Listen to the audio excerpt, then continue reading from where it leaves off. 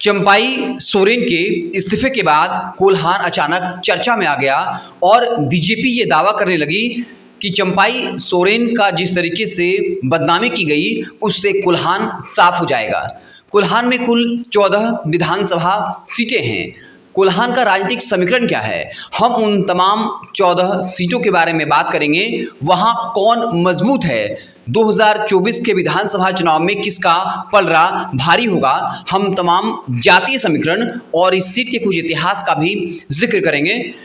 बता दें कि इसमें कुल 14 विधानसभा सीट है। बहरागोड़ा, घाटशिला, पोटका, जुगलसलाई, जमशेदपुर पूर्वी, जमशेद पश्चिमी, सरायकेला, चाईबासा, झंझगांव, जगन्नाथपुर, मनोहरपुर, चक्रधरपुर, ईचागढ़, खरसावां, इन तमाम विधानसभा के बारे में हम अपने साथी विवेक जी से बात करेंगे।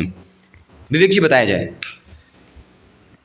कोल्हान की राजनीति जो है वो भाजपा से दूरी बनाते हुए दिखी है। 2019 का विधानसभा चुनाव एक ऐसा चुनाव था जब 14 विधानसभा सीटों में से एक भी विधानसभा सीट कोल्हान में भाजपा जीत नहीं पाई। आपको बता दें कि कोल्हान में जो विधानसभा सीट है उसमें से 6 विधानसभा सीट सिंहभूम लोकसभा में आता है, 6 विधानसभा सीट जमशेदपुर लोकसभा में आता है, 1 विधानसभा सीट खूंटी लोकसभा में आता है और 1 विधानसभा सीट रांची लोकसभा में आता है। हम आपको सिलसिलेवार तरीके से बताते हैं कि आखिर कौन कौन सा विधानसभा क्षेत्र जो है कौन कौन से लोकसभा में आता है।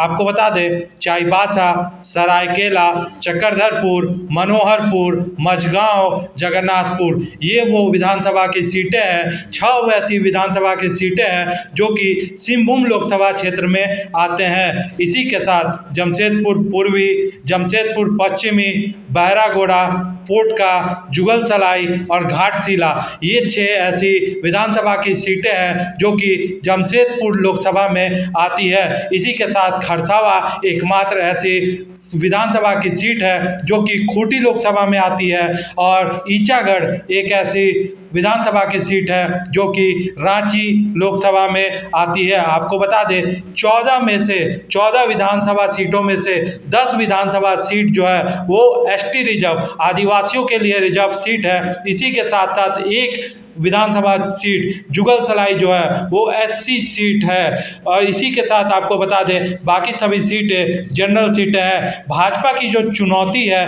वो 10 आदिवासी सीटों पे सबसे ज़्यादा है, क्योंकि ये 10 ऐसे आदिवासी सीट है जहाँ पे आदिवासियों की संख्या ज़्यादा है और ये कहा जा रहा है कि इन 10 आदिवासी सीटों पे भाजपा के लिए कड़ी चुनौती 2024 के विधानसभा चुनाव में देखने के लिए मिलने वाली है। चलिए एकक विधानसभा के बारे में समझते हैं। सबसे पहले हम बात करेंगे बहरागोड़ा जो विधानसभा है, इसके बारे में कुछ ज़रूरी इन्फॉर्मेशंस हैं, वहाँ का राजनीतिक इतिहास है, जातीय समीकरण है। तो विवेक जी, बहरागोड़ा विधानसभा के बारे में बताइए।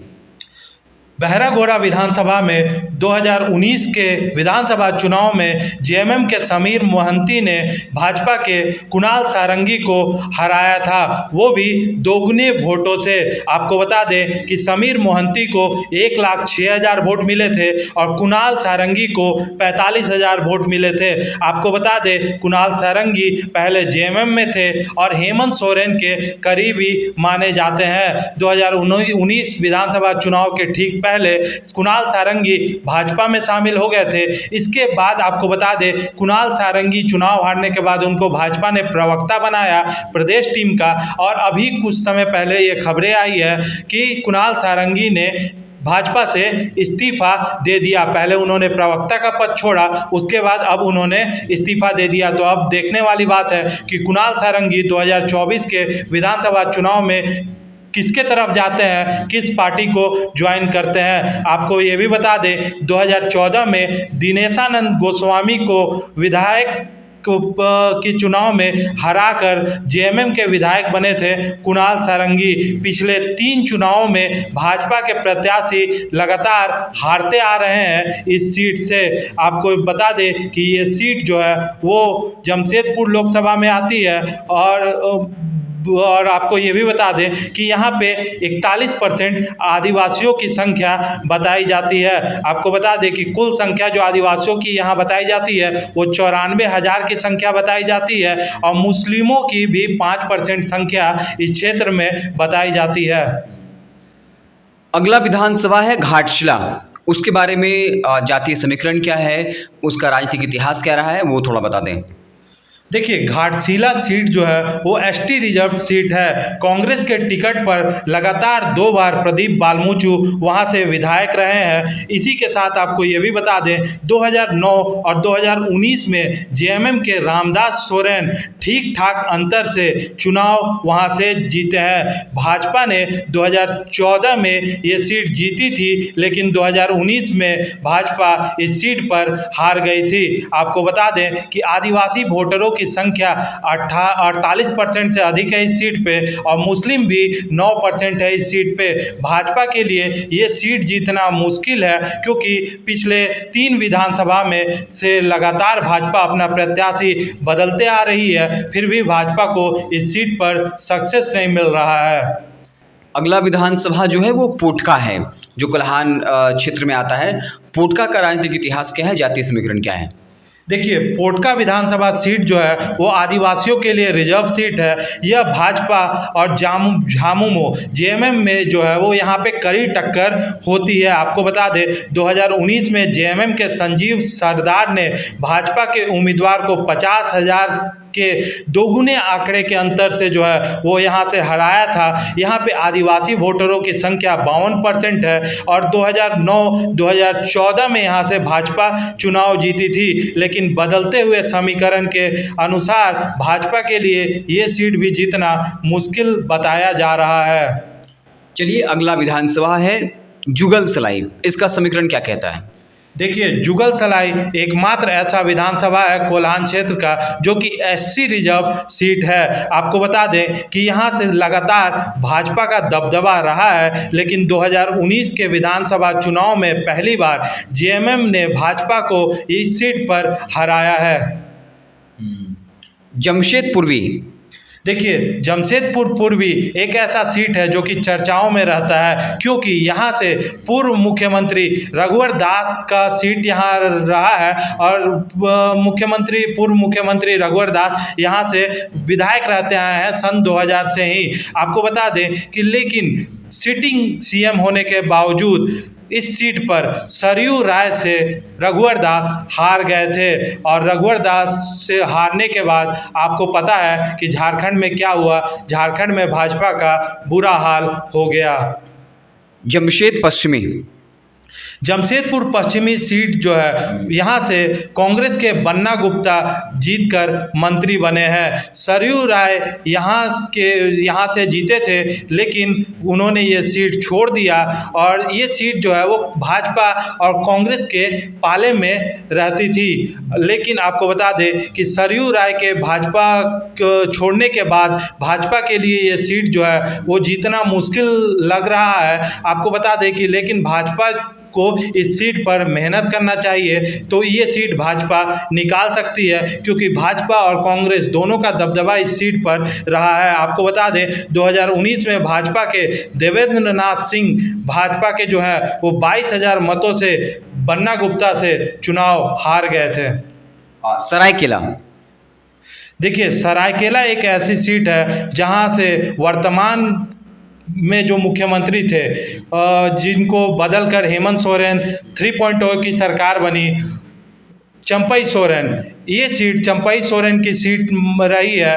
चंपई सोरेन कोल्हान के टाइगर कहे जाते हैं, लेकिन गीता कोड़ा जो है लोकसभा का चुनाव जब हो रहा था वो 20,000 से ज़्यादा वोटों से इस सीट पर लीड लेने में कामयाब हो गई थी। उसके बाद से चर्चाओं का बाजार गर्म हो गया था कि मुख्यमंत्री रहते भी जो है वो चंपई सोरेन इस सीट पर अपनी पार्टी को जो है वो लीड नहीं दिलवा पाए, लेकिन फिर भी सिंहभूम से गीता कोड़ा चुनाव हार गई। चाईबासा। देखिए, चाईबासा पिछले 3 बार से झामुमो के दीपक बिरुआ जो है वो विधायक रहे हैं, चुनाव जीतते रहे हैं। चंपई सोरेन के सरकार और हेमंत 3.0 में उनको मंत्री बनाया गया है। वो लोकसभा का चुनाव लड़ना चाहते थे, लेकिन जोबा मांझी को जो है टिकट दिया गया और जोबा मांझी सिंहभूम से जीत के भी आए। भाजपा के लिए ये भी सीट जीतना मुश्किल बताया जा रहा है, क्योंकि दीपक बिरुआ का पकड़ इस क्षेत्र में काफ़ी ज़्यादा बताया जाता है। झंझगांव का समीकरण क्या कहता है?